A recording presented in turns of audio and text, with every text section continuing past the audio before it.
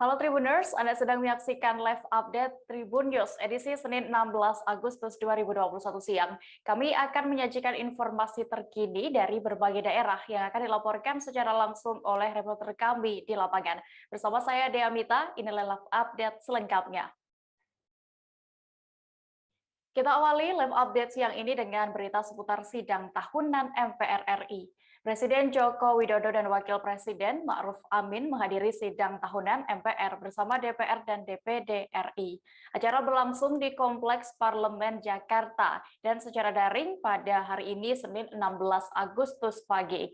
Pada hari ini Presiden Jokowi menyampaikan pidato sebanyak 2 kali. Pada momen sidang tahunan MPR RI 2021 ini, Presiden Jokowi mengenakan pakaian adat suku Baduy lengkap dengan aksesorisnya. Sementara itu, Wakil Presiden Ma'ruf Amin tampak mengenakan pakaian adat suku Mandar asal Sulawesi Barat. Informasi lengkapnya akan disampaikan oleh rekan jurnalis Tribun News, Khairul Umam, yang kini sudah bergabung bersama kami. Halo Khairul. Halo Khairul, bisa mendengar saya? Ya, halo rekan. Iya, Khairul, bisa Anda informasikan bagaimana jalannya sidang tahunan MPR RI bersama DPR dan juga DPD di tahun kedua pandemi COVID-19 ini? Iya, tadi sekitar setengah jam yang lalu sidang tahunan MPR RI telah selesai digelar dan juga ini merupakan sidang tahunan MPR RI tahun kedua ya yang digelar di masa pandemi dan memang pada tahun ini digelar begitu ketat menerapkan protokol kesehatan yang begitu ketat di mana peserta sidang hanya dibatasi yang fisik hadir hanya 60 orang dan juga para awak media yang meliput di kompleks parlemen juga dibatasi, di mana hanya para pewarta foto yang diizinkan memotret langsung di dalam ruang sidang dan awak media lainnya hanya diizinkan meliput melalui layar-layar yang disediakan di ruang media center begitu, Dea. Ya, Khairul, bisa Anda simpulkan apa saja yang disampaikan Presiden Jokowi dalam pidato kenegaraan 2021 dan juga nota keuangan APBN 2022 ini?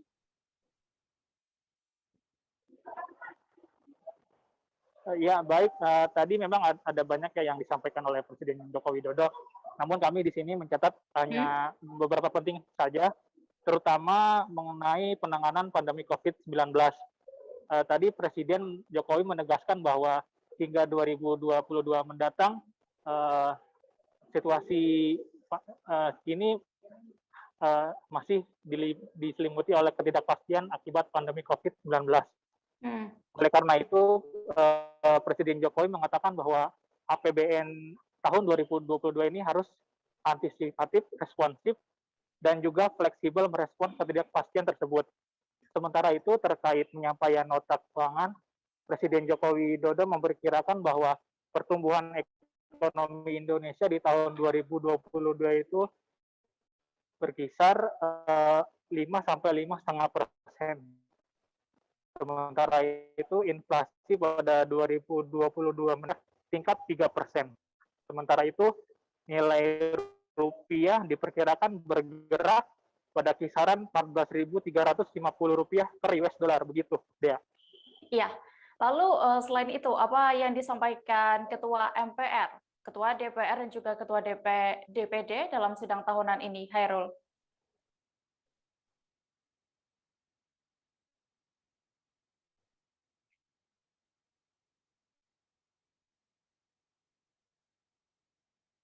Halo? Ya, tadi juga Ketua MPR RI Bambang Susatyo, Ketua DPR Puan Maharani, dan Ketua Hmm? DPD RI Lanyala Mahmud Mataliti memang menyampaikan pidatonya masing-masing ya. Tadi juga Ketua MPR RI sempat berbicara mengenai vaksinasi ideologi, Hmm. yaitu di mana MPR RI ini terus melakukan sosialisasi 4 pilar MPR RI, yaitu Pancasila sebagai ideologi dan dasar negara, Undang-Undang Dasar Negara Republik Indonesia tahun 1945 sebagai konstitusi negara, NKRI sebagai bentuk negara, dan Bhinneka Tunggal Ika sebagai semboyan negara kepada seluruh lapisan masyarakat Indonesia. Sementara itu tadi Ketua DPD RI Lanyala Mahmud Mataliti juga menyoroti penanganan pandemi COVID-19 di Indonesia. Namun dia menolak adanya anggapan bahwa negara ini gagal menangani pandemi COVID. Terakhir tadi juga Ketua DPR RI Puan Maharani memastikan bahwa DPR RI akan terus memperkuat fungsi pengawasan penanganan pandemi COVID yang dilakukan oleh pemerintah. Demikian, Dea.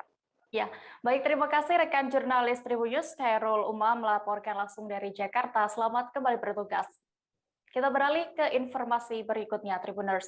Dalam rangka menyambut Hari Ulang Tahun Republik Indonesia ke-76, 1000 bendera merah putih dikibarkan di Jembatan Sungai Batanghari. Jembatan yang lebih dikenal dengan nama pedestrian Gentala Arasi ini merupakan salah satu ikon kota Jambi. Pemasangan 1000 bendera yang dipasang di sepanjang jembatan ini langsung dipimpin oleh Gubernur Provinsi Jambi, Al-Haris. 1000 bendera yang berkibar di sepanjang jembatan ini diharapkan bisa membangkitkan rasa patriotisme dan nasionalisme masyarakat Jambi meski di tengah pandemi COVID-19. Detail informasinya akan disampaikan oleh rekan wartawan Tribun Jambi, Samsul Bahri yang kini sudah bergabung bersama kami. Halo Samsul. Ya, selamat siang rekan Dea dan Tribuners di mana berada. Iya. Samsul, bisa Anda informasikan, selain di Jembatan Sungai Batanghari ini, di mana lagi titik pemasangan bendera merah putih di sana? Oke, Dea dan Tribuners berada memang dalam rangka menyambut Hari Ulang Tahun Republik Indonesia ke-76, pemerintah Provinsi Jambi melakukan pemasangan 1000 bendera merah putih yang dipasang di pedestrian Jembatan Gentala Arasi yang memang merupakan ikon Jambi. Dan pemasangan itu sendiri juga tidak hanya dilakukan di pedestrian Jembatan Gentala Arasi, namun juga ada satu titik lainnya yaitu di Taman Tugu Juang Kota Jambi juga dilakukan pemasangan bendera. Setidaknya ada sekitar 500 bendera merah putih yang dipasang dan berkibar di sepanjang Taman Tugu Juang Jambi. Dan ini juga dilakukan sebagai salah satu cara untuk menyemarakan perayaan atau peringatan HUT RI ke-76 yang dilakukan oleh pemerintah Provinsi Jambi, karena memang diketahui bahwa Provinsi Jambi sendiri juga masih dalam kondisi pandemi COVID-19 dan segala aktivitas termasuk juga di wilayah Kota Jambi sendiri bagian dari Provinsi Jambi melaksanakan PPKM level 4 yaitu diperpanjang hingga 23 mendatang. Jadi memang tidak hanya di pedestrian namun ada di Tugu Juang dilakukan pengibaran atau pemasangan bendera merah putih sebanyak 500. Jadi total ada 1.500 bendera merah putih yang berkibar di Provinsi Jambi. Demikian, ya. Ya, lalu untuk di Jambi sendiri, apakah akan dilaksanakan upacara bendera pada esok hari, Samsul? Oke, untuk upacara bendera sendiri masih tetap dilakukan meskipun memang tidak semarak seperti 2 tahun belakang atau sebelum adanya pandemi. Jadi memang pelaksanaan ini sendiri dilakukan secara protokol kesehatan dan tidak dilakukan pengundangan seperti halnya pada 2 tahun sebelum. Biasanya pemerintah Provinsi Jambi itu mengundang seluruh pihak dinas, kemudian juga seluruh masyarakat, tokoh masyarakat, termasuk juga sekolah-sekolah biasanya melaksanakan upacara pengibaran HUT RI di lapangan Gubernur Jambi. Namun dengan kondisi pandemi saat ini tidak dilakukan, hanya dilakukan secara internal dari pihak Gubernur Jambi. Demikian, Rea. Ya, baik Tribuners, tadi rekan kami Samsul juga telah berhasil mendapatkan keterangan dari Gubernur Jambi, Al-Haris. Berikut liputan lengkapnya untuk Anda. Mengenang kembali bagaimana perjuangan kepada perjuangan kita. Kita ingin semangat itu muncul kembali. Dan tidak boleh kita menyerah karena pandemi ini. Kita mesti bangkit, mesti melawan, mesti bekerja dengan baik. Dan kita harus bisa mampu tegak berdiri dengan kondisi bangsa dan dalam kondisi yang prihatin untuk keselamatan. Karena itu, bendera ini bahwa mengadakan diri bendera agar kita bersemangat kembali. Ya, seperti semangat merah putih yang tidak pernah lelah berkibar terus setiap harinya untuk kita.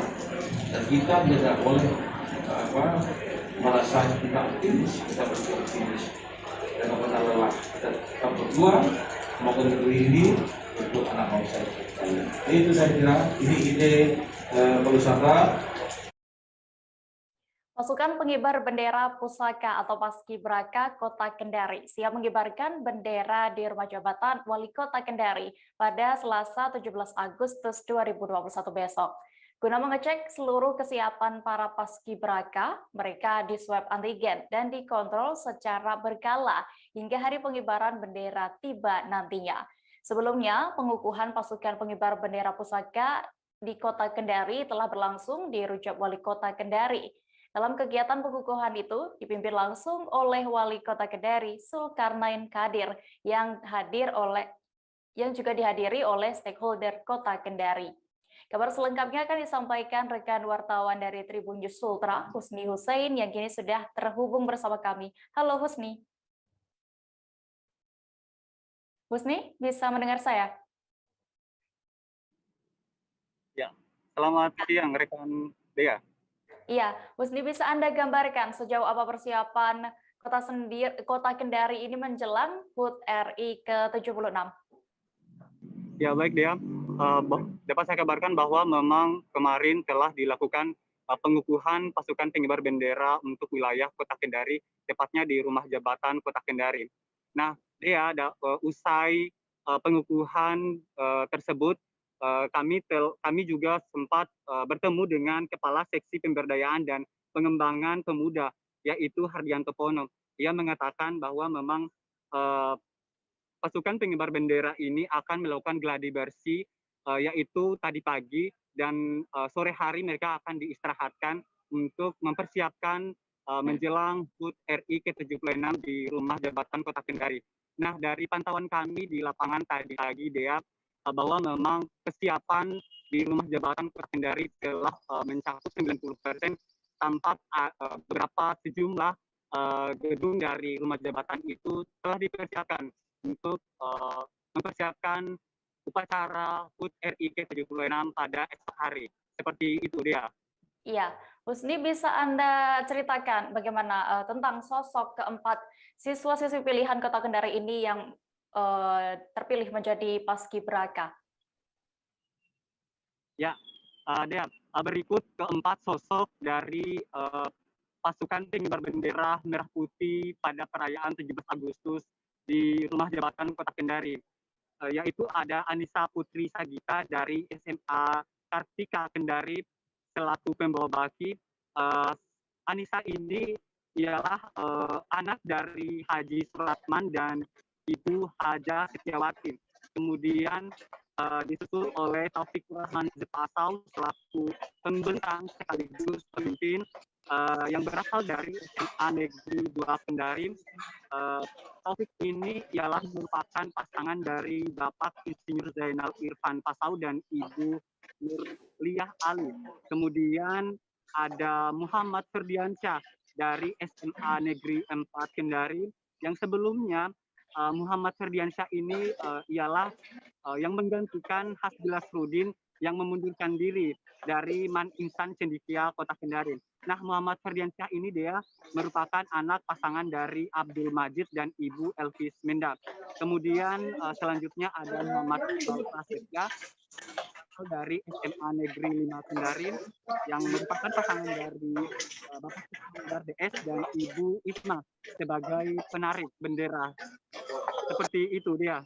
Iya, baik Tribuners, tadi rekan kami berhasil mendapatkan keterangan dari Wali Kota Kendari, Zulkarnain Kadir, dan juga pembawa baki Paskibraka Kota Kendari 2021, Anissa Putri Sagita. Berikut wawancara lengkapnya untuk Anda.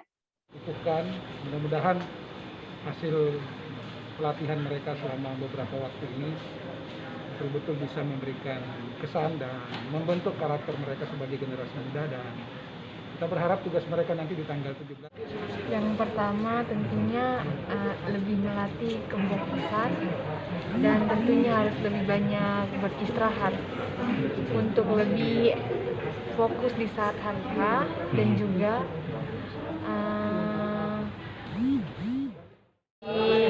kekuatan tulang saat latihan fisik kan lumayan berat. Untuk kekuatan tulang itu CDR, kalau untuk tubuh kita longseng.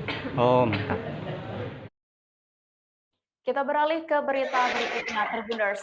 Kasus heboh diduga prank dana hibah 2 triliun rupiah dari Herianti Akiditio terhadap Kapolda Sumsel, Irjen Pol Eko Indra Heri kini memasuki pekan ketiga. Namun hingga hari ini, Senin 16 Agustus, Polda Sumsel belum berencana melakukan pemanggilan lanjutan terhadap Herianti Akiditio. Direktorat Kriminal Umum Polda Sumsel masih menyusun rencana terhadap lanjutan kasus yang menghebohkan masyarakat Indonesia. Selain itu, belum dilakukannya pemeriksaan terhadap Herianti ini lantaran Polda Sumsel masih menunggu hasil tes kejiwaan yang bersangkutan. Untuk mengetahui lebih detailnya, sudah bergabung bersama kami rekan jurnalis Sriwijaya Post, Odi Arya Saputra yang akan menyampaikan laporan. Halo Odi. Odi, bisa Anda informasikan? Halo Dea. Iya, Odi, bisa Anda informasikan bagaimana dengan kelanjutan kasus diduga dana hibah bodong senilai 2 triliun rupiah? Baik Dea, seperti ketahui hari ini Senin tepat sudah 3 minggu bergulirnya kasus Herianti Akiditio yang diduga melakukan prank pemberian dana bantuan sebesar 2 triliun terhadap Kapolda Sumatera Selatan Irjen Pol Eko Indra Heri Dea. Namun hingga saat ini realisasi uang tersebut masih tidak ada Dea. Iya. Lalu apakah sudah ada yang ditetapkan sebagai tersangka dalam kasus ini, Odi? Baik Dea, hingga saat ini belum ada tersangka yang ditetapkan sebagai tersangka, maksud kami Dea. Hanya hingga saat ini pihak kepolisian sudah membawa saksi itu hadir atau turut menyaksikan secara simbolis pemberian uang sebesar 2 triliun rupiah kepada Kapolda Sumatera Selatan pada 3 minggu yang lalu, Dea. Iya. Lalu terkait ini, Polda Sumsel masih menunggu hasil kejiwaan Herianti untuk kembali melakukan pemeriksaan. Apakah itu benar? Baik, Dea. Jadi seperti ini, Dea. Alasan dari pihak Polda Sumsel belum memanggil kembali Herianti Akiditio lantaran yang bersangkutan diketahui sedang mengalami sedang mengalami diuji tes kejiwaannya sehingga sampai saat ini diketahui hasil tes kejiwaan ini ditetapkan sebagai salah satu syarat untuk menanyai atau mewawancarai seorang saksi untuk menggali informasi lebih lanjut ya. Iya. Lalu Odi, apakah ada fakta terbaru yang Anda ketahui terkait Herianti Akiditio? Baik Dea, jadi dari kasus Herianti Akiditio ini ada 2 fakta baru yang kita temukan Dea. Jadi yang pertama itu tim Polda Sumsel mengirimkan tim ke Jakarta untuk menemui saudara Herianti yang berada di Jakarta, di mana tim Polda Sumsel berhasil bertemu dengan kakak dari Herianti Akiditio, persis satu tingkat di atasnya, berarti anak ke-5 Dea. Jadi dari pengakuan saudara Herianti, dia tidak mengetahui bahwa ayahnya memiliki uang sebesar itu Dea, dan juga dia tidak mengetahui ada wasiat yang disebutkan Herianti bahwa ayahnya akan memberikan dana sebesar itu untuk penanganan COVID-19 Dea. Nah, selain itu Dea, juga ditemukan lagi bahwa adanya laporan dari rekan si Herianti Akiditio, yakni Dr. Siti Mirza Nuria, bahwa yang bersangkutan itu diduga melakukan kasus penipuan dan penggelapan terhadap Dr. Siti Mirza. Jadi hutang ini sudah dilakukan sejak tahun 2020 lalu dan hingga sini belum dibayarkan. Selain itu si korban sudah melaporkan ini ke Polda Sumsel Dea, begitu Dea. Iya, Tribuners, tadi rekan kami Odi berhasil mendapatkan keterangan terbaru dari Kabid Humas Polda Sumsel, Kombes Pol Supriyadi. Berikut liputan lengkapnya untuk Anda. Kejiwaannya seperti apa Pak hingga saat ini? Yang pertama perlu kita sampaikan, jadi kemarin sudah dilakukan pemeriksaan baik itu dari psikologi yang Polda, kemudian dari kejiwaan yang ada di Pemda. Mereka minta waktu kurang lebih 5 hari. Jadi hasilnya sampai saat ini masih dalam proses penilaian mereka. Nanti setelah ada hasilnya baru akan kita sampaikan. Kemudian yang kedua, kemarin sudah saya sampaikan bahwa tim ada yang berangkat ke Jakarta untuk melakukan pemeriksaan terhadap keluarga dari Herianti, karena yang bersangkutan kan di sini hanya sendiri, yang lain ada di Jakarta, dan tim saat ini masih berada di Jakarta, belum selesai melakukan pemeriksaan. Masnya siapa pihak keluarganya di keterangan? Jadi ada baru satu orang yang dapat diminta keterangan, yaitu kakak dari saudari Haryanti. Anak nomor berapa itu, Abi? Belum selesai, ya. Anak nomor berapa itu, Pak? Nomor di atas Haryanti langsung, pas di atas. Ya. Namanya kita sampaikan. Pak, terkait dengan belum selesai, hari ini belum selesai juga. Pak, katanya Dr. Mirza jadi saksi juga ya Pak ya? Gimana? Dr. Siti Mirza dipanggil sebagai saksi juga bakal itu. Terkait dengan laporan Siti Mirza, seperti sahabat kemarin, memang laporannya sudah ada. Teknis berikutnya adalah manakala kita menerima laporan, kita akan klarifikasi kepada pihak pelapor. Ya. Sampai saat ini yang bersangkutan belum memberikan keterangan terkait dengan laporan yang disampaikan ke SPKT kemarin. Artinya ada kemungkinan Pak jadi saksi, Pak? Bisa saja terkait dengan laporannya ya. Artinya memang laporan itu memang ada ya Pak ya? Ada laporannya. Dibantah oleh Dr. Mirza. Laporannya ada terkait dengan laporan penipuan. Tapi tadi yang bersangkutan belum memberikan keterangan ke kita terkait dengan isi laporan yang disampaikan. Tribuners, seorang warga Kabupaten Serang tak menyangka melahirkan 3 bayi kembar dalam 2 hari sekaligus. Selengkapnya selesai jeda berikut, tetaplah di live update. Oke, apa kabar Bang Arief di sini untuk strateginya? Kalau saya sendiri di Game Week 37 ini yang semalam baru mulai, saya udah sebenarnya aku nggak ngerasa itu penangkapan atau penggerebegan atau apapun itu. Karena gitu, posisinya aku kriteria. Jadi kita mengenal disebut dengan stroke yang tidak berdarah dengan stroke yang berdarah. Stroke yang tidak berdarah itu biasanya ditandai dengan adanya penyumbatan. Kalau itu terjadi di sini mungkin pikirnya tidak ke situ kali ya. Tapi kalau di Korea atau di Kamboja itu ada beberapa paper yang saya itu Mas, ya, dulunya tukang koran. Oh gitu ya. Tukang koran. Ya, saya baca itu Pak. Tuh kan pernah baca kan? Ya. Jadi kalau saya jadi pangdam itu udah bersyukur banget. Si anak ini dijadikan sebagai tersangka begitu. Ya, kalau ini kita bicara yang di luar kasus Situbondo ya. Dengan nama hujan shower, di mana terdapat batas jelas antara daerah hujan dan tidak hujan yang biasanya terjadi pada fase awal master stage atau tahap berbahaya itu Kang. Jadi mulai artinya terjadinya perlembekan. Nah itu untuk penetrasi akan sulit. Gitu ya. Dok, saya ini menurut saya memang tidak mudah, bukan urusan tanah diambil.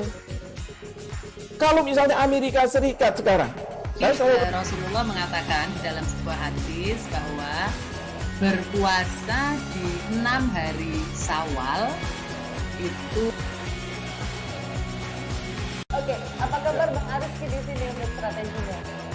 Kalau saya sendiri di Game Week 37 ini yang semalam baru mulai, saya udah sebenarnya aku nggak ngerasa itu penangkapan atau penggerebegan atau apapun itu.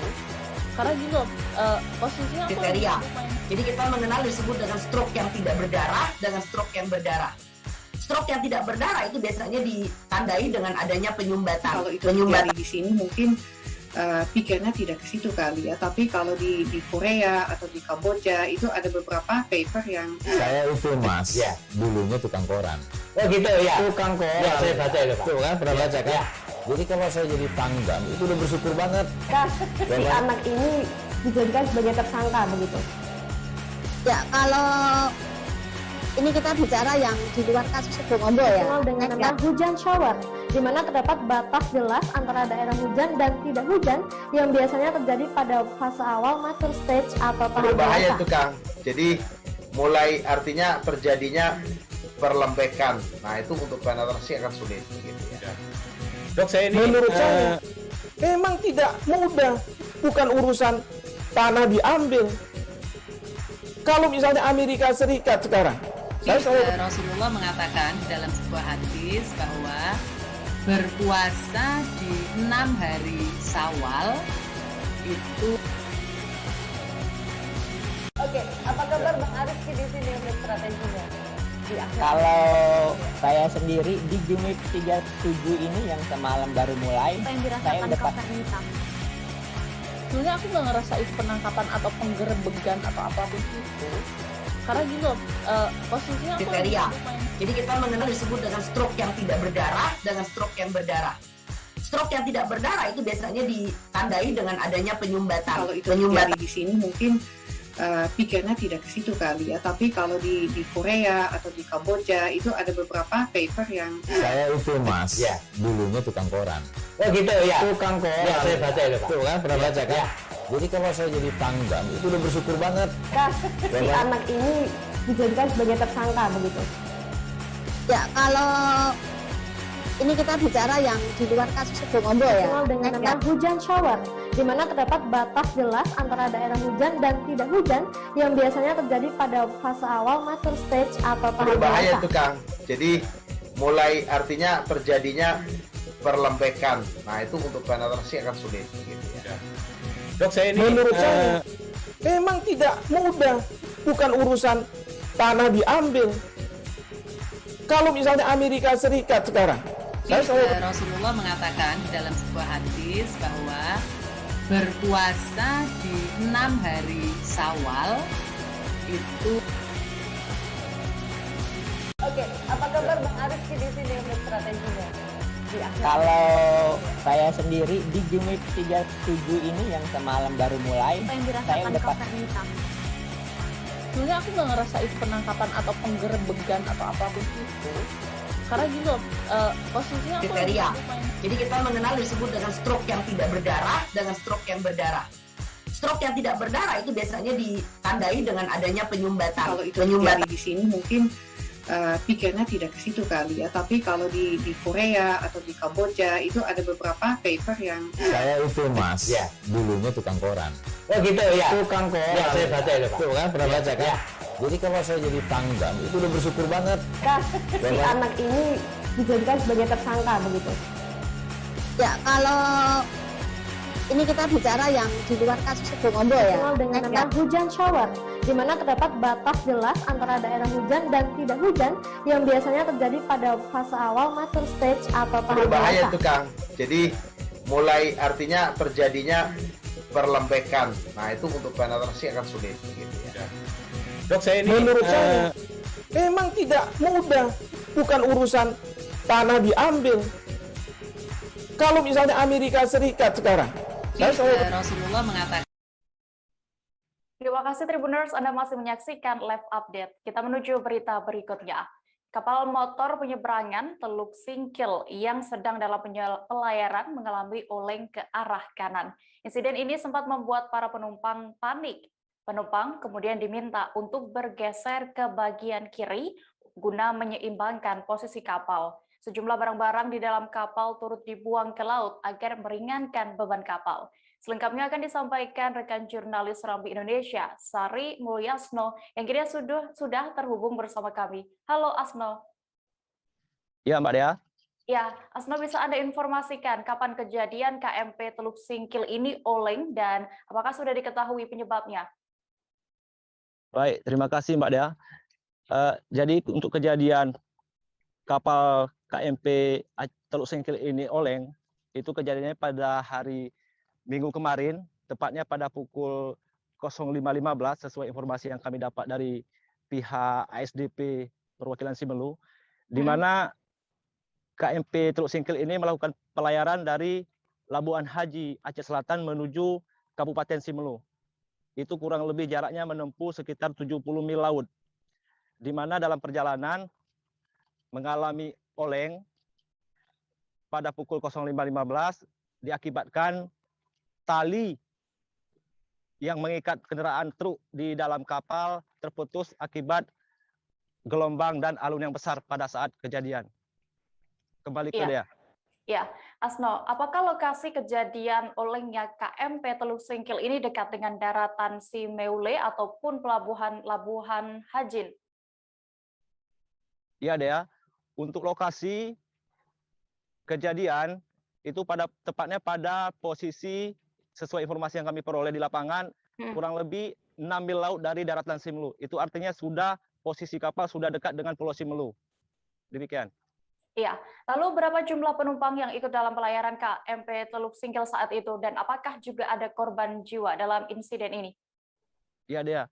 Untuk jumlah penumpang sesuai manifest yang tercatat yang kami terima dari pihak SDP itu berjumlah sebanyak 133 penumpang. Jadi untuk korban jiwa tidak ada, baik penumpang maupun ABK, akan tetapi ada 1 orang penumpang berjenis kelamin perempuan itu pada posisi sampai di atas pukul 8 pagi kapal feri merapat di dermaga, ada seorang penumpang mengalami sesak napas, oleh pihak ASDP langsung melarikannya ke rumah sakit terdekat. Namun demikian pada pukul 10 pagi pihak ASDP mengecek langsung ke rumah sakit terdekat. Posisi penumpang sudah sembuh dan dibolehkan pulang. Demikian dia. Iya, Asno, lalu bagaimana untuk proses evakuasi kapal saat itu? Baik, untuk proses evakuasi kapal perlu kami jelaskan pada saat kejadian itu pihak nakoda langsung menghubungi pihak terkait di daratan Simelu karena posisi kapal sudah dekat di Pulau Simelu. Pada saat itu pihak terkait di Kabupaten Simelu langsung mengerahkan 2 unit kapal, salah satunya kapal feri Aceh Hebat 1 dan 1 unit kapal angkatan laut milik Lanal Simelu. Demikian dia. Ya, baik. Terima kasih rekan jurnalis Serambi Indonesia, Sari Mulyasno, untuk informasinya. Selamat kembali bertugas. Kita menuju ke kabar berikutnya, Tribuners. Kecelakaan bus versus truk terjadi di Simpang Pondok, Kecamatan Medan Sunggal, Medan, Sumatera Utara. Kecelakaan lalu lintas ini melibatkan 1 unit bus damri dan 1 unit truk pengangkut jagung. Akibatnya lalu lintas di persimpangan lokasi kecelakaan pun mengalami kemacetan panjang. Saat ini pihak Polsek Sunggal masih menyelidiki terkait peristiwa tabrakan yang terjadi antara bus damri dan truk pengangkut jagung itu. Informasi lengkapnya akan disampaikan oleh rekan jurnalis Tribun Medan, Goklas, yang kini sudah tersambung bersama kami. Halo Goklas. Halo, selamat siang, Dea. Ya, Goklas, bisa Anda informasikan bagaimana terkait kronologi kejadian kecelakaan antara bus dan truk ini? Nah, jadi berdasarkan penuturan dari warga sekitar ataupun saksi mata yang ada di lokasi, jadi awalnya bus damri ini datang dari arah Kota Medan melalui Jalan Gatot Subroto, itu ingin menuju Binjai dan melewati lampu merah yang tepat ada di depan Mall Manhattan. Kemudian datang juga truk pengangkut jagung itu dari arah Ring Road menuju Helvetia, dan saat melintasi simpang lampu merah yang ada di depan Mall Manhattan. Nah, pada saat itu terjadilah tabrakan yang dimana menyebabkan bus dari damri itu menabrak tiang listrik lampu merah hingga tumbang, dan bus tersebut pun terbalik dan menutup jalan. Sementara untuk truk pengangkut jagung itu terlentang tepat di tengah-tengah jalan di lampu merah, di mana seluruh angkutan jagung ataupun biji jagung itu berserakan di jalan itu sekitar pukul 5.30 WIB tadi pagi. Ya, lalu apakah Anda sudah mendapatkan keterangan dari pihak kepolisian terkait kecelakaan ini? Nah, untuk seluruh dari keterangan pihak kepolisian, memang mereka masih memintai keterangan terhadap para supir, entah itu dari bus damri ataupun dari truk pengangkut jagung. Tapi tadi terlihat dari amatan kita, pihak kepolisian itu sudah melakukan olah TKP di lokasi karena memang kedua truk tersebut juga sudah berhasil dievakuasi sehingga arus lalu lintas di sana sudah berjalan dengan baik. Ada 2 versi kata pihak kepolisian terkait dengan kejadian tersebut, namun dia masih enggan untuk menjelaskan lebih lanjut apakah versi A atau versi B yang benar. Seperti itu, masih dalam proses penyelidikan seperti itu, Dea. Ya, Goklas, tadi Anda menuturkan bahwa sopir yang terlibat kecelakaan ini dimintai keterangan, berarti mereka selamat ya? Bagaimana kesaksiannya? Oke, tadi yang berhasil kita wawancara yakni supir dari pihak damri, bus damri, dia memang membenarkan bahwa pada saat itu di pagi itu memang pas tidak lagi membawa penumpang. Dan artinya tidak ada penumpang dan juga dia hanya bersama kernet 1 orang. Artinya hanya ada 2 orang yang berada di dalam bus damri tersebut dan dua-duanya selamat dalam kondisi yang sehat. Sementara kalau untuk pengendara yang di truk pengangkut jagung itu ada 2 orang, yakni ya supir dan kernet juga, dan dua-duanya dalam kondisi sehat sekarang, tapi tadi sempat supirnya mengalami menjalani pengobatan tradisional seperti mengurut saja, seperti itu. Ya, Tribuners, tadi rekan kami Kuklas juga berhasil melakukan wawancara bersama personel unit Lantas Polsek Sunggal, Bribka P. Tarigan. Berikut informasi lengkapnya. Melaporkan untuk taruna terdahulu yang kecelakaan yang berada di Manhattan, bus Damri kontra Goldisel hari ini pukul 9.45. Situasi arus lalu lintas di kompak arah sudah cukup terkendali, dan untuk saat ini kita masih melakukan evakuasi dengan menggunakan. Jadi untuk sementara dilaporkan kebenaran. Terima kasih, selamat pagi. Untuk kronologis kejadiannya, Bang? Kronologis kejadian sekitar pukul 5.30. Itu sementara perkara ini masih kita lakukan penyelidikan. Itu Damri kabarnya mengarah dari mana dan truknya mengarah dari mana? Jadi untuk sementara belum kita pastikan, masih kita cari saksi, begitu juga dengan kedua pengemudi. Jadi harus bersabar, nanti kita akan beritahukan kembali. Ada korban jiwa, Bang? Untuk sementara korban jiwa negatif, jadi yang korban hanya material aja. Berikut traffic light yang ditabrak. Damrinya itu, Bang, di dalamnya ada penumpang dari pagi? Masih kita lakukan untuk supir belum kita ketahui di mana, nanti kita cari, kita sampaikan kembali. Terima kasih. Abang dari mana, Bang? Kita dari Lantas Polsek Sunggal. Nama lengkap, Bang? Nama lengkap Bribka Perdamaian Tarigan. Kita beralih ke kabar berikutnya. Puncak Gunung Merapi yang terletak di perbatasan Jogja dan Jawa Tengah kembali mengeluarkan guguran awan panas pada hari ini Senin 16 Agustus. Akibat awan panas guguran Gunung Merapi tersebut menyebabkan hujan abu di beberapa wilayah yang ada di lereng Merapi. Salah satunya hujan abu terjadi di wilayah Desa Telogolele, Kecamatan Selo, Boyolali. Hujan abu ini terjadi sesaat setelah Gunung Merapi kembali meluncurkan 2 kali awan panas guguran. Detail informasinya akan disampaikan langsung oleh rekan wartawan kami dari Tribun Solo, Tri Widodo, yang kini sudah bergabung bersama kami. Halo, Tri. Halo Dia. Ya, Tri, bisa Anda informasikan terkait detail berapa kali awan panas guguran ini turun dari puncak Gunung Merapi? Iya, Dia dan Tribuners dimanapun berada. Gunung Merapi pada hari ini Senin 16 Agustus 2021 meluncurkan awan panas guguran sebanyak 3 kali, Dia. Pertama, awan panas guguran terjadi pada pukul 05.36 waktu Indonesia Barat, yang kemudian disusul lagi pada pukul 05.53 waktu Indonesia Barat. Erupsi Gunung Merapi kembali terjadi dengan memuntahkan awan panas guguran sejauh 3,5 km ya. Iya. Kemudian awan panas lagi terjadi pada pukul 08.52. Namun luncuran yang ketiga ini jaraknya lebih pendek, yaitu sekitar 1,7 km mengarah ke barat daya, Dia. Iya, sejumlah desa di lereng Gunung Merapi tadi disebutkan terjadi hujan abu. Lalu bagaimana dengan kondisi warga di salah satu desanya, khususnya ini di desa Telogolele?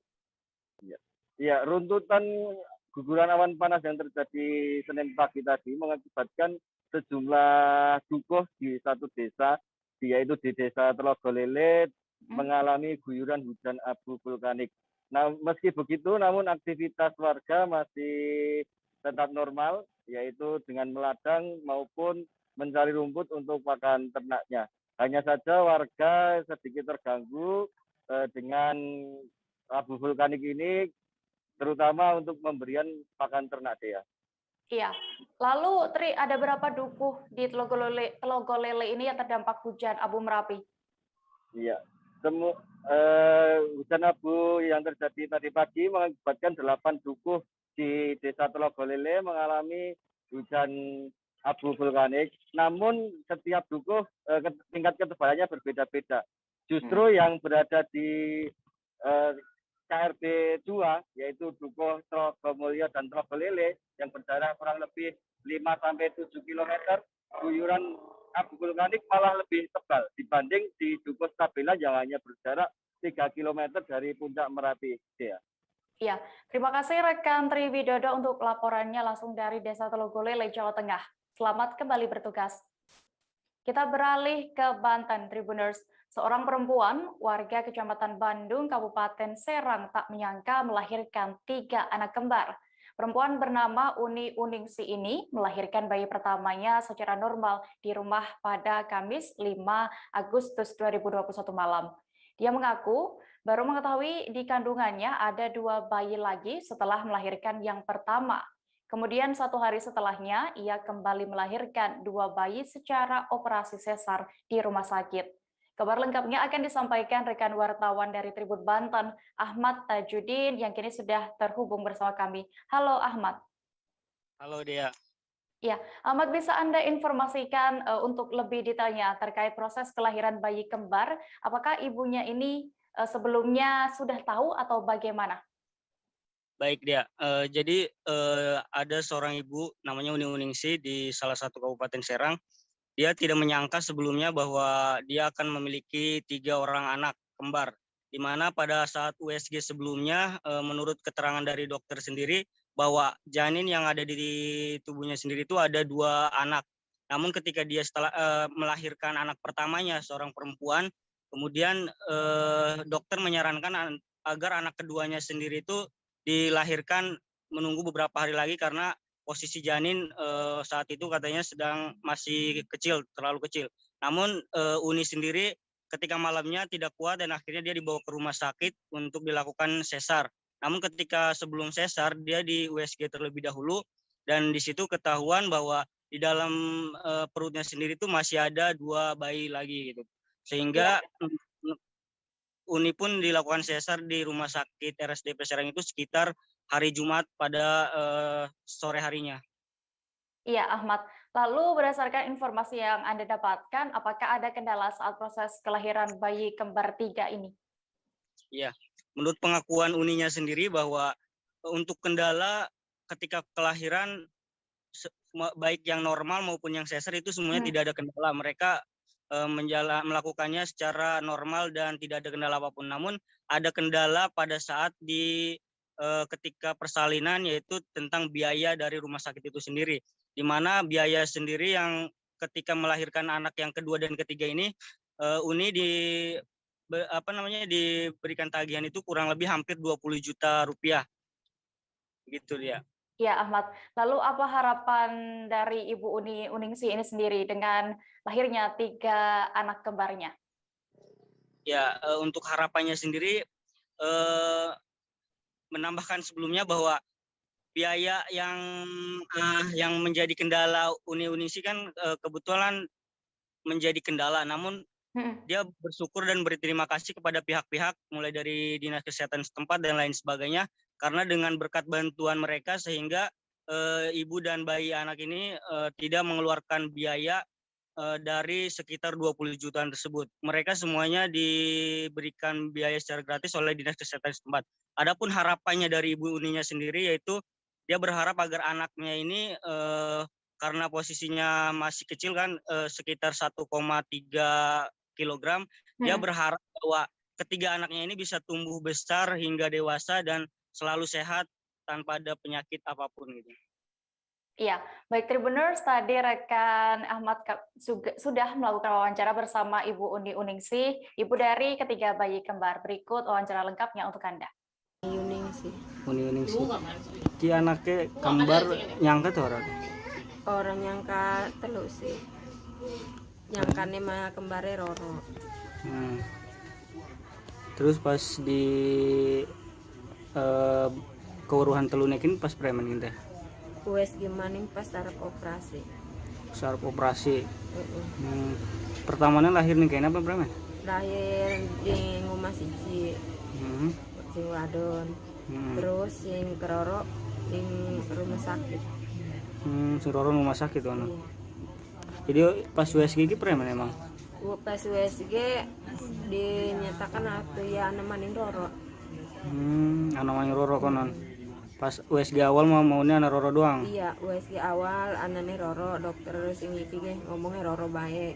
Pas giliran sing wadon lahir ning rumah USG maning arep beda anak Roro. Ini rumah sakit ini teh? Rumah sakit Derajat. Serang ya? Iya. Kami akan kembali dengan kabar menarik lainnya seusai jeda sejenak. Tetaplah di Live Update. Oke, apa kabar Bang Ariski di sini untuk strateginya? Kalau saya sendiri di Gimik 37 ini yang semalam baru mulai, saya udah sebenarnya aku nggak ngerasa itu penangkapan atau penggerebegan atau apapun itu. Karena gitu, posisinya aku kriteria. Jadi kita mengenal disebut dengan stroke yang tidak berdarah dengan stroke yang berdarah. Stroke yang tidak berdarah itu biasanya ditandai dengan adanya penyumbatan. Kalau itu terjadi di sini mungkin pikirnya tidak ke situ kali ya. Tapi kalau di Korea atau di Kamboja itu ada beberapa paper yang saya itu Mas, ya, dulunya tukang koran. Oh gitu ya. Tukang koran. Ya, saya baca itu Pak. Tuh kan pernah baca kan? Ya. Jadi kalau saya jadi tanggam itu udah bersyukur banget. Si anak ini dijadikan sebagai tersangka begitu. Ya kalau ini kita bicara yang di luar kasus Situbondo ya, dengan nama hujan shower, di mana terdapat batas jelas antara daerah hujan dan tidak hujan yang biasanya terjadi pada fase awal mature stage atau tahap berbahaya dewasa. itu Kang. Jadi mulai artinya terjadinya perlembekan. Nah itu untuk penetrasi akan sulit. Gitu ya. Dok, saya ini menurut saya memang tidak mudah, bukan urusan tanah diambil. Kalau misalnya Amerika Serikat sekarang, Rasulullah mengatakan dalam sebuah hadis bahwa berpuasa di 6 hari Syawal itu. Oke, apa kabar Bang Ariski di sini untuk strateginya? Kalau saya sendiri di Gimik 37 ini yang semalam baru mulai, saya udah sebenarnya aku nggak ngerasa itu penangkapan atau penggerebegan atau apapun itu. Karena gitu, posisinya kriteria. Jadi kita mengenal disebut dengan stroke yang tidak berdarah dengan stroke yang berdarah. Stroke yang tidak berdarah itu biasanya ditandai dengan adanya penyumbatan. Kalau itu terjadi di sini mungkin pikirnya tidak ke situ kali ya. Tapi kalau di Korea atau di Kamboja itu ada beberapa paper yang saya itu Mas, ya, dulunya tukang koran. Oh gitu ya. Tukang koran. Ya, saya baca itu Pak. Tuh kan pernah baca kan? Ya. Jadi kalau saya jadi tanggam itu udah bersyukur banget. Si anak ini dijadikan sebagai tersangka begitu.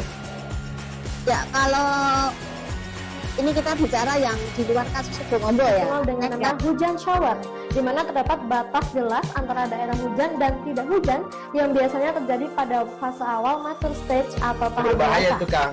Jadi mulai artinya terjadinya perlembekan. Nah itu untuk penetrasi akan sulit. Gitu ya. Dok, saya ini menurut saya memang tidak mudah, bukan urusan tanah diambil. Kalau misalnya Amerika Serikat sekarang, Rasulullah mengatakan dalam sebuah hadis bahwa berpuasa di 6 hari Syawal itu.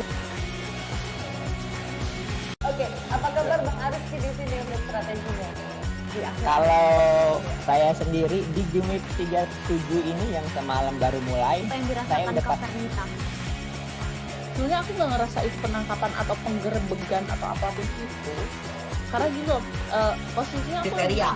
Jadi kita mengenal disebut dengan stroke yang tidak berdarah dengan stroke yang berdarah. Stroke yang tidak berdarah itu biasanya ditandai dengan adanya penyumbatan. Kalau itu terjadi di sini mungkin pikirnya tidak ke situ kali ya. Tapi kalau di Korea atau di Kamboja itu ada beberapa paper yang saya itu Mas, ya, dulunya tukang koran. Oh gitu ya. Tukang koran. Ya, saya baca itu Pak. Tuh kan pernah baca kan? Ya. Jadi kalau saya jadi tanggam itu udah bersyukur banget. Si anak ini dijadikan sebagai tersangka begitu. Ya kalau ini kita bicara yang di luar kasus Situbondo ya, dengan nama hujan shower, di mana terdapat batas jelas antara daerah hujan dan tidak hujan yang biasanya terjadi pada fase awal mature stage atau tahap berbahaya dewasa. itu Kang. Jadi mulai artinya terjadinya perlembekan. Nah itu untuk penetrasi akan sulit. Gitu ya. Dok, saya ini menurut saya memang tidak mudah, bukan urusan tanah diambil.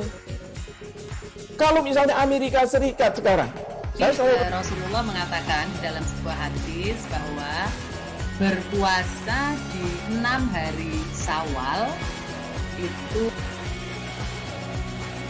Oke, apa kabar Bang Arifki di sini untuk strateginya? Kalau saya sendiri di Jumip 37 ini yang semalam baru mulai, saya udah sebenarnya aku nggak ngerasa itu penangkapan atau penggerebegan atau apapun itu, karena gini loh, posisinya aku kriteria. Jadi kita mengenal disebut dengan stroke yang tidak berdarah dengan stroke yang berdarah. Stroke yang tidak berdarah itu biasanya ditandai dengan adanya penyumbatan. Kalau itu terjadi di sini mungkin pikirnya tidak ke situ kali ya, tapi kalau di Korea atau di Kamboja itu ada beberapa paper yang saya itu Mas, ya, dulunya tukang koran. Oh gitu ya. Tukang koran. Ya, saya baca itu Pak. Tuh kan pernah baca kan? Ya. Jadi kalau saya jadi pangdam itu udah bersyukur banget. Si anak ini dijadikan sebagai tersangka begitu. Ya, kalau ini kita bicara yang di luar kasus Situbondo ya, dengan nama hujan shower, di mana terdapat batas jelas antara daerah hujan dan tidak hujan yang biasanya terjadi pada fase awal mature stage atau tahap berbahaya dewasa. itu Kang. Jadi mulai artinya terjadinya perlempekan. Nah itu untuk penetrasi akan sulit. Gitu ya. Dok, saya ini menurut saya memang tidak mudah, bukan urusan tanah diambil. Kalau misalnya Amerika Serikat sekarang, Rasulullah mengatakan dalam sebuah hadis bahwa berpuasa di 6 hari Syawal itu. Oke, apa kabar Bang Arifki di sini untuk strateginya? Kalau saya sendiri di Jumip 37 ini yang semalam baru mulai, saya udah sebenarnya aku nggak ngerasa itu penangkapan atau penggerebegan atau apapun itu, karena gini loh, posisinya aku kriteria. Jadi kita mengenal disebut dengan stroke yang tidak berdarah dengan stroke yang berdarah. Stroke yang tidak berdarah itu biasanya ditandai dengan adanya penyumbatan. Kalau itu terjadi di sini mungkin pikirnya tidak ke situ kali ya, tapi kalau di Korea atau di Kamboja itu ada beberapa paper yang saya itu Mas, ya, dulunya tukang koran. Oh gitu ya. Tukang koran. Ya, saya baca itu Pak. Tuh kan pernah baca kan? Ya. Jadi kalau saya jadi pangdam itu udah bersyukur banget. Si anak ini dijadikan sebagai tersangka begitu. Ya, kalau ini kita bicara yang di luar kasus Situbondo ya, dengan nama hujan shower, di mana terdapat batas jelas antara daerah hujan dan tidak hujan yang biasanya terjadi pada fase awal mature stage atau tahap berbahaya dewasa. itu Kang. Jadi mulai artinya terjadinya perlempekan. Nah itu untuk penetrasi akan sulit. Gitu ya. Dok, saya ini menurut saya memang tidak mudah, bukan urusan tanah diambil.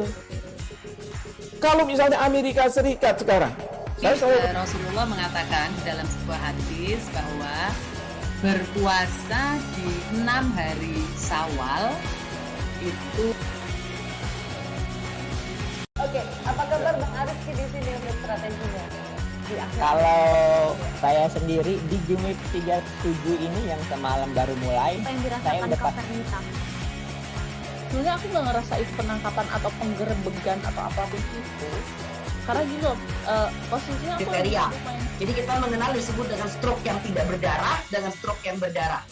Stroke yang tidak berdarah itu biasanya ditandai dengan adanya penyumbatan. Kalau itu terjadi di sini mungkin pikirnya tidak ke situ kali ya, tapi kalau di Korea atau di Kamboja itu ada beberapa paper yang saya itu Mas, ya, dulunya tukang koran. Oh gitu ya. Tukang koran. Ya, saya baca itu Pak. Tuh kan pernah baca kan? Ya. Jadi kalau saya jadi pangdam itu udah bersyukur banget. Si anak ini dijadikan sebagai tersangka. Kembali di live update Tribuners, kabar berikutnya datang dari Sumatera Selatan. Pemerintah Provinsi Sumatera Selatan terus mengejarkan program vaksinasi. Namun sayangnya vaksin yang diberikan pemerintah pusat belum mencukupi kebutuhan yang ada. Sebelumnya, Pemprov Sumsel telah mengajukan ke pemerintah pusat permintaan vaksin sebanyak 1,5 juta dosis per bulan. Untuk mengetahui lebih detailnya, sudah bergabung bersama kami rekan jurnalis Tribun Sumsel, Linda Trisnawati yang akan menyampaikan laporan. Halo Linda. Ya, halo Dea. Ya, Linda, bisa Anda jelaskan tentang vaksinasi di Sumatera Selatan, khususnya di Kota Palembang? Ya, baiklah Dea. Pemerintah Provinsi Sumatera Selatan terus mengencarkan program vaksinasi COVID-19. Nah, namun sayangnya vaksinasi yang diberikan pemerintah pusat belum mencukupi kebutuhan yang ada. Untuk target vaksinasi di Sumatera Selatan itu ada 6,4 juta orang, dan khusus Kota Palembang targetnya 1,3 juta orang. Setiap bulannya Provinsi Sumsel baru menerima rata-rata 360.000 dosis vaksinnya. Sedangkan kebutuhannya kalau mau menuju herd immunity di awal tahun 2022 setidaknya butuh 150.000 vial atau 1,5 juta dosis. Nah, untuk itulah masyarakat di Sumatera Selatan, khususnya Kota Palembang, terbilang agak kesulitan untuk mencari vaksin dosis pertama. Gitu dia. Iya, lalu untuk saat ini di Provinsi Sumatera Selatan, khususnya Kota Palembang, sudah berapa capaian vaksinasinya, Linda? Oke, dari target vaksinasi 6,4 juta orang, artinya kurang lebih butuh 13 juta dosis vaksin. Nah, ini capaiannya baru 1.042.851 orang yang sudah divaksin di dosis pertama, atau 16,2%. Nah, untuk yang dosis keduanya baru 9,8%. Sedangkan untuk capaian vaksinasi di Kota Palembang dari target 1,3 juta yang sudah divaksin baru 354.999 orang, atau 27,2% untuk dosis pertama. Gitu dia. Iya, Linda, lalu bagaimana upaya pemerintah untuk mencapai vaksinasi ini hingga bisa 100% nantinya? Oke, pemerintah Provinsi Sumsel sudah mengajukan ke pusat untuk meminta 1,5 juta dosis per bulan. Namun menurut Gubernur Sumsel Hemmanderu memang sudah diberikan, tapi itu netes, artinya baru sedikit demi sedikit gitu ya. Nah, untuk itu Gubernur Sumsel Hemmanderu menginisiasi ya, jika diizinkan, dia mempunyai keinginan untuk membeli vaksin, namun memang terkendala oleh izin ya, karena vaksin tersebut impor. Namun jika memang diizinkan untuk dibeli, Pemprov Sumsel akan minta CSR dari BUMD, BUMN maupun perusahaan swasta yang ada di Sumsel untuk membantu. Nah, dari Pemprov Sumsel dibeli, tapi diberikan ke masyarakatnya secara gratis. Begitu dia. Ya, Tribuners, tadi rekan Linda sudah melakukan wawancara bersama Gubernur Sumsel Hemmanderu. Berikut liputan lengkapnya untuk Anda. Iya. Kemarin katanya Bapak Dorongan yang untuk penambahan itu, Pak. Iya, dari realisasinya, Pak. Tidak berubah-ubah, mintanya dari jumlah sasaran 13 juta dosis ini, sasarannya 6,5 juta, kali 2 kan? Aku minta 1,5 juta dosis per bulan, supaya pajak di awal tahun ini kita herd immunity. Itu maksudnya. Ini belum ditambah loh yang kelonggar, yang pengajuan itu, yang diizinkannya ibu hamil, diizinkannya anak-anak. 6,5 juta itu pasti pada standar ketentuan Menkes sebelumnya, yakni tentang kriteria penerima vaksin. Itu termasuk anak sekolah itu, Pak? Belum. Tapi belum ada realisasi dari pemerintahan pusat, Pak? Ada realisasi, tapi netes kan. Tapi kita berharap untuk dapat dipenuhi lah. Kemarin yang rencana mengenai pengadaan Aku BUMD, ini ingin mak ini. Tapi kan ada payung, karena ini kebijakannya juga terkait internasional. Kan? Vaksin ini kan impor. Kalau memang boleh beli, biarlah aku minta CSR, BUMD yang ada di Sumatera Selatan ini, atau teman-teman swasta yang mau membantu, atau BUMN yang mau membantu, aku nak ajak beli tapi rakyatnya tetap menerima gratis. Itu rakyatnya garis bawah tetap menerima gratis. Pihak pemerintah Kota Sorong, Papua Barat mengunjungi kapal motor Sirimau hari ini Senin 16 Agustus. Kunjungan dilakukan menyusul KM Sirimau yang akan dijadikan tempat karantina terpusat pasien COVID-19. Kedepannya pasien COVID-19 bisa menjalani perawatan di atas kapal. Pemkot Sorong akan menyiapkan anggaran sehingga masyarakat tidak perlu khawatir. Selengkapnya akan disampaikan rekan Tribun Papua, Sahwan Asari Raharusun, yang kini sudah terhubung bersama kami. Halo Sahwan. Halo Dea. Iya, Sahwan, bisa Anda informasikan bagaimana tadi pelaksanaan peninjauan di KM Sirimau oleh Wali Kota Sorong? Ya, baik Dea dan juga Tribuners dimanapun Anda berada. Hari ini dapat saya kabarkan dari Kota Sorong, Papua Barat. Sejak pagi tadi, Bapak Wali Kota dan juga Wali Kota Sorong dan juga sejumlah OPD, termasuk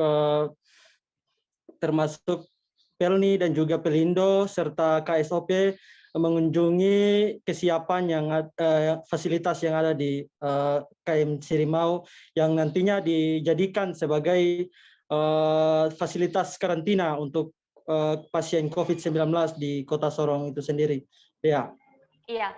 Lalu seperti apa persiapan dari fasilitas yang tersedia di KM Sirimau yang nantinya akan dijadikan tempat karantina pasien COVID-19 itu, Sawan? Ya, kalau untuk terkait dengan fasilitas yang sudah tersedia hingga saat ini memang sudah ada sejumlah tempat tidur yang sudah disiapkan. Namun untuk alat-alat medis, peralatan medis dan lain-lain memang beberapa belum disiapkan. Namun dari pihak Pelni sendiri melalui pihak kapal mengungkapkan bahwa mereka secepatnya akan menyediakan fasilitas-fasilitas tersebut. Sementara untuk mobil ambulans dan lain-lain, mereka pihak pemerintah daerah dalam hal ini pemerintah Kota Sorong telah menyediakan sekitar 10 ambulans untuk standby mengantar para pasien dari rumah dan juga dari rumah sakit menuju ke pelabuhan dan selanjutnya dibawa ke kapal melalui kapal motor kecil. Iya. Sobat, lalu bagaimana harapannya terkait pengoperasian karantina apung bagi pasien COVID-19 di Sorong nantinya? Ya, dengan hadirnya kapal KM Sirimau sebagai tempat karantina terpusat untuk pasien COVID-19 di Kota Sorong ini, Wali Kota berharap setelah hadirnya kapal tersebut, angka positif di Kota Sorong bisa ditekan dan juga pasien sembuh juga bisa segera cepat pulih sehingga Kota Sorong bisa terbebas dari kasus COVID-19 nantinya. Ya. Ya, baik. Tribuners, tadi rekan Sahwan sudah berhasil mendapatkan keterangan dari Wali Kota Sorong, Lambert Jitmau. Berikut liputan lengkapnya untuk Anda. Saya, setelah itu saya siapkan semua fasilitas yang dibutuhkan. Apa lagi? Di rumah sakit tetap ya Bapak? Yang sakit tetap di rumah sakit? Kalau ada sakit, biasa pergi rumah sakit. Tapi rumah sakit swasta dan pemerintah tidak diperkenankan tidak diperkenankan untuk pasien COVID, OTG maupun positif, tidak boleh. Itu sumber penyebaran virus. Mereka ini memang harus betul-betul diasingkan di laut. Apa lagi? Untuk obat-obatan sendiri Pak, apakah ditanggung oleh pemerintah kota atau dari Kementerian Kesehatan langsung? Yang kita terlalu harapkan. Wali kota terpunya kebijakan untuk menangani apa yang bisa ditangani. Berarti support dari APBD kota apa Pak? Ya haruslah. Saya belum bisa menentukan besaran dana. Tapi mereka harus menyampaikan perencanaan mereka. Perencanaan itulah yang menentukan besaran anggaran yang saya tentukan. Begitu kan? Saya nggak bisa ngomong sembarang. Tulis bagus. Kalau tidak tulis bagus, pasti tidak boleh ikut saya. Kata itu hari ini kita hadirkan perbuatan. Ya kan? Wartawan bangga tidak? Bangga, Pak. Saya takut kamu kena COVID ini. Rapat-rapat ini. Rencananya kapan Pak akan dioperasikan, Pak? Operasikan? Besok kamu semua ikut upacara. Kalau kamu tidak ikut upacara, kita tentangkan. Ikut upacara selesai. Tanggal 18 kami dapat cek kesiapan. Kalau bisa paling lama hari Jumat. Kalau tidak hari Kamis kami lakukan launching di sini. Launching di sini pasien naik kapal bertolak dari pelabuhan, digeser ke bawah. Berlabuhnya di mana nih Pak? Tergantung nakoda. Tapi tidak terlalu jauh dari sini. Pokoknya tidak ada hubungan dari darat langsung ke kapal seperti sekarang ini. Bisa itu ada. Dari Papua kita beralih ke Nusa Tenggara Timur. TNI, Polri, dan tenaga kesehatan di Kabupaten ND menggelar tes swab antigen di tempat bagi warganya. Pelaksanaan swab antigen di tempat ini dilaksanakan di 3 lokasi. Setiap warga yang lewat di titik lokasi pelaksanaan tes swab antigen wajib menjalani tes swab. Warga juga diberi edukasi terkait prokes dan bahaya penularan COVID-19. Informasi lengkapnya akan disampaikan oleh rekan jurnalis dari Pos Kupang, Oris Goti, yang kini sudah terhubung bersama kami. Halo Oris. Halo Oris, bisa mendengar saya? Halo Dea. Iya, Oris, bisa Anda informasikan sebenarnya sejak kapan dan sampai kapan tes swab antigen ini akan dilakukan di ND? Ya betul ya, di Kabupaten ND tengah dilakukan pelaksanaan swab antigen di tempat. Nah, pelaksanaan ini menindaklanjuti penerapan PPKM level 4 sejak ND ditetapkan menjalani PPKM level 4 pada 10 Agustus 2021. Nah, untuk pelaksanaan swab antigen di tempat ini sudah dilaksanakan mulai tanggal 12 Agustus hingga tanggal 23 Agustus. Nah, sampai dengan hari ini juga pelaksanaan masih berjalan lancar di beberapa titik lokasi. Sekian dia. Iya, lalu bagaimana dengan kondisi terkini di ND dan juga mungkin update kasus COVID-19 di sana, Oris? Ya, dia. Sampai dengan tadi saya sempat melakukan pemantauan di beberapa titik lokasi yang dilakukan pelaksanaan swab antigen di tempat. Warga cukup antusias mengikuti swab antigen di tempat, namun banyak juga yang merasa takut untuk di swab antigen, sehingga ketika masuk di jalan, ketika sampai ke lokasi-lokasi titik pelaksanaan swab antigen, mereka berbalik arah dan tidak mau di swab antigen. Pada intinya warga menghindar untuk di swab antigen. Nah, untuk kasus COVID di Kabupaten ND sejauh ini mengalami penurunan, yang terkonfirmasi positif mengalami penurunan. Namun pemerintah Kabupaten ND tetap berupaya untuk terus melakukan tracing dan testing untuk memastikan peta penyebaran COVID-19 di Kabupaten ND. Sekian dia. Ya, Oris, saat tadi dilakukan swab antigen, apakah ada yang terkonfirmasi atau dinyatakan positif COVID-19? Ya, tadi saya tidak menemukan di beberapa titik lokasi. Saya juga masih menunggu update data dari Nakes. Namun pada tanggal 12 Agustus itu ada satu kasus yang sempat terpantau, yakni ada seorang ibu menyusui yang terkonfirmasi positif. Nah, saat itu memang sempat ada pengeluhan dari si ibu ini bahwa bagaimana dengan bayinya yang dia harus menyusui. Lalu para nakes menjelaskan bahwa si ibu bisa tetap tetap menyusui anaknya dengan catatan sebelum menyentuh bayi dia harus mencuci tangan dengan hand sanitizer dan juga mengenakan masker ketika menyusui bayi. Sekian dia. Ya, baik Tribuners, tadi rekan Oris sudah berhasil mendapatkan keterangan dari Dandim 1602 ND, Letkol Infanteri Nelson Paido Makmur Marpaung. Berikut liputan lengkapnya untuk Anda. Untuk sementara kami didukung penuh oleh Kabupaten ND, dalam hal ini pemerintah ND. Untuk saat ini kami dibekali 2.000. Ya, karena apa? Target kita sekarang 1.397. Ya, kita didukung 2.000. Ya, dan stoknya masih ada. Dari APD, handscoon, masker, semua lengkap. Target itu untuk berapa hari Pak Dandim? Yang 1.700 sekian itu? Per hari. Diharapkan kita per hari. Kalau kita lihat dari Mendagri nomor 31, tiap hari kita harus mentarget 1.397. Ya, harapannya seperti itu. Ya, mari kita sama-sama ya mensukseskan ya membuat ND ini menjadi zona hijau. Berarti jumlah dari 2.000 itu masih cukup terbatas Pak Dandim, sangat terbatas itu. Bukan. Jadi 2.000 itu kami di sini, nanti kami didukung lagi. Habis minta ya. Jadi setiap habis nanti kami suruh minta lagi. Ya.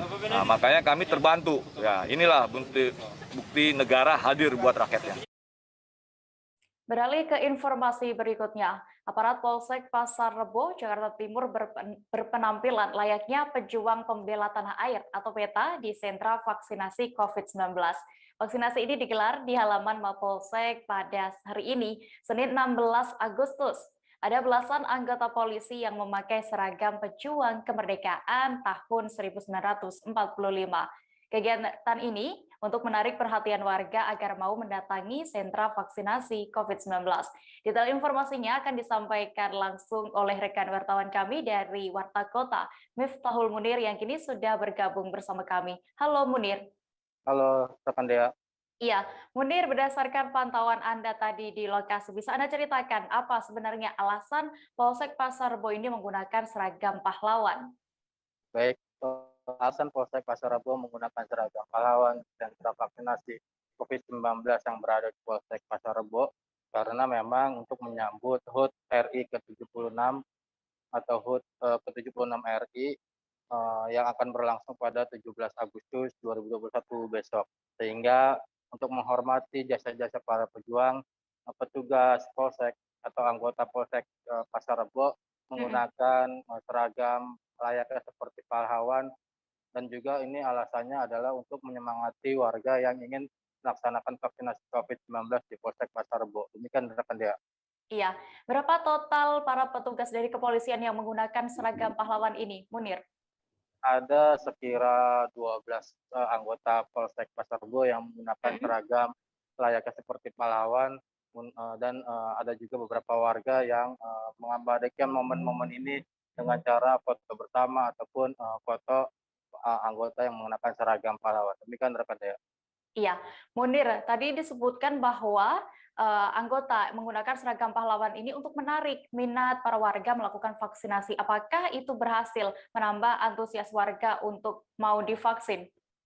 Baik, dari lokasi vaksinasi COVID-19 Merdeka di Polsek Pasar Rebo, memang terlihat cukup antusias warga yang datang ke sana. Bahkan antriannya pun sampai di depan gerbang Polsek Pasar Rebo, sehingga perhatian warga atau cara Polsek Pasar Rebo dengan menggunakan seragam pahlawan ini cukup menarik perhatian atau menarik peminat warga untuk melakukan vaksinasi COVID-19 di halaman Polsek Pasar Rebo. Demikian rekan Dea. Iya, lalu sebenarnya sampai kapan kegiatan menggunakan seragam pahlawan ini akan dilakukan, Munir? Untuk berlangsungnya kegiatan penggunaan seragam pahlawan ini akan sampai besok, karena besok adalah puncaknya HUT kemerdekaan Republik Indonesia, sehingga anggota Polsek Pasar Rebo tetap akan menggunakan.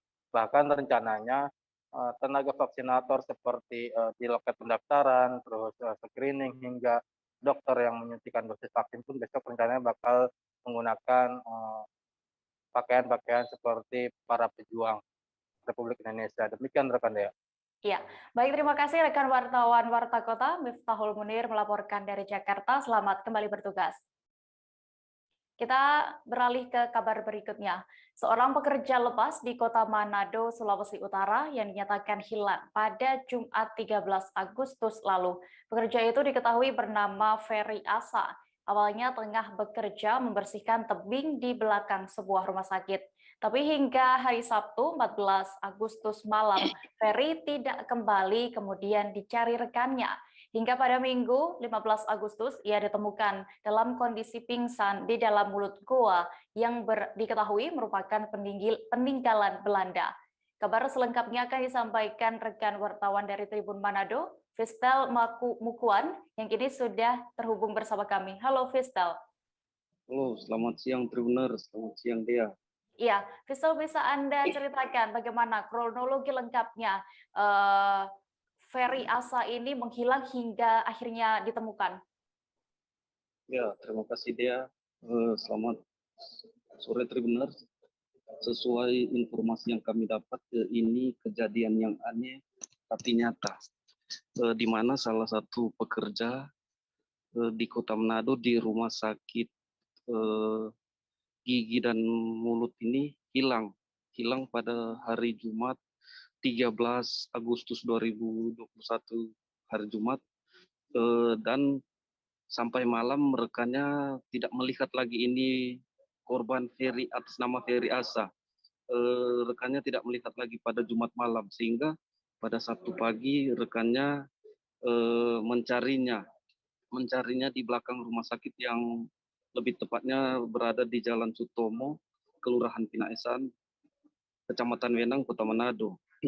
Lalu ini rekannya mencari Ferry di bagian belakang, tapi tidak menemukannya, sehingga pada hari Sabtu itu rekan Ferry mencari Ferry dengan melihat CCTV, melihat dari CCTV, sehingga hingga Sabtu malam rekan Ferry ini melihat CCTV, Ferry sudah tidak lagi keluar dari belakang, karena saat itu hari Jumat dia membersihkan rumput dan kayu-kayu kecil yang ada di belakang rumah sakit. Tetapi hingga hari Sabtu juga belum keluar, sehingga ini rekan Ferry langsung memanggil salah satu rekannya juga security untuk mencari di bagian belakang, karena memang ternyata mereka sudah mengetahui di belakang itu ada salah satu buah peninggalan dari zaman Belanda, sehingga mereka mengecek itu langsung hari Sabtu itu, tapi tidak ditemukan, sehingga pada hari Minggu mereka melaporkan ke Polsek Wenang. Nah, kemudian mereka bersama kepolisian dari Polsek Wenang menuju ke lokasi itu, gua peninggalan Belanda ini. Kemudian mereka memanggil salah satu anggota dari tim RAPI. Tim RAPI ini adalah salah satu organisasi yang bisa membantu hal-hal seperti ini, sehingga ketika mereka melihat ini gua ini, ternyata memang Ferry berada di dalam. Dan menurut kesaksian rekan Ferry ini, Arino, dia bersama salah satu anggota RAPI masuk ke dalam lubang itu, dan lubang itu ternyata sampai ke 10 meter. Setelah itu mereka melihat ini Ferry sudah dalam keadaan terbaring. Mereka mengira dia sudah meninggal karena memang sudah dalam keadaan meninggal. Kemudian salah satu anggota RAPI membangunkan ini Ferry, dan ternyata dia membuka matanya secara pelan-pelan. Kemudian ini Ariana, rekannya Ferry, sangat senang karena hilang sejak hari Jumat, nanti ditemukan hari Sabtu tapi belum meninggal, sehingga mereka mengevakuasi ini Ferry. Dan saat ini dia dalam keadaan masih trauma. Demikian dia. Iya, lalu apakah dari Ferry Asani sudah bisa memberikan kesaksiannya terkait kejadian yang menimpanya ini, Vestel? Hari ini Senin 16 Agustus kami menemui di lokasi kejadian, tapi Ferry sudah dibawa oleh keluarganya ke kampung halamannya di Minahasa.